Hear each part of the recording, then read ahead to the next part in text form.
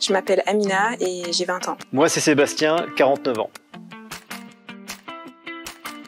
Donc, avant la licence professionnelle, j'ai effectué 2 formations. En 2003, un DE d'éducateur spécialisé, un diplôme d'État, et ensuite en 2012, une formation de responsable de service.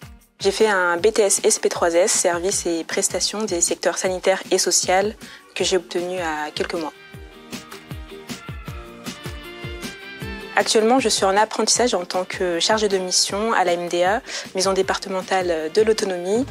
Je n'accompagne pas directement les personnes en situation de handicap, mais demain, j'aspire à un métier de coordinateur de parcours. Actuellement, je suis en fonction de coordinateur de projet dans un ITEP, un institut thérapeutique, éducatif et pédagogique. Et je souhaiterais plus tard travailler plutôt auprès des adultes et pourquoi pas référent handicap. L'humilité, c'est être capable d'accepter qu'on peut se tromper et qu'on peut avoir besoin d'une réflexion extérieure à la nôtre pour accompagner au mieux la personne. Pour moi, c'est tout d'abord être assertif. C'est-à-dire, c'est de pouvoir exprimer son avis tout en respectant celui de l'autre et de prendre l'autre en considération dans ses prises de décision.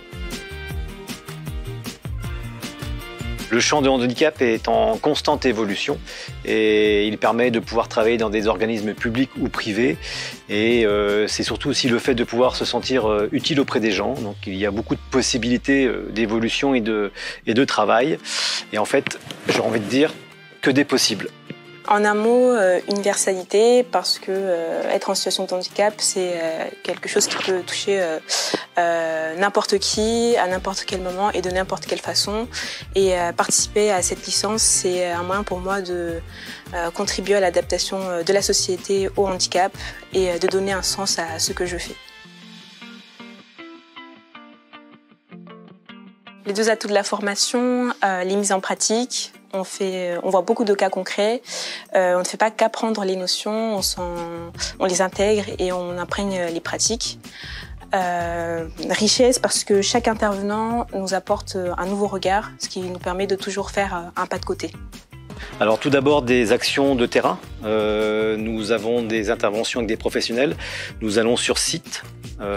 Et ensuite des cours complets sur les acteurs, les enjeux du handicap de façon générale.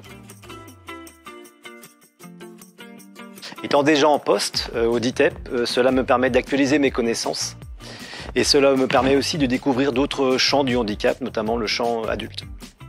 Une posture professionnelle et relationnelle pour pouvoir travailler en toute confiance et en toute aisance. Tu n'as pas encore fait tes démarches d'inscription, dépêche-toi, on t'attend. Si tu veux toi aussi contribuer à l'adaptation de la société au handicap, rejoins-nous.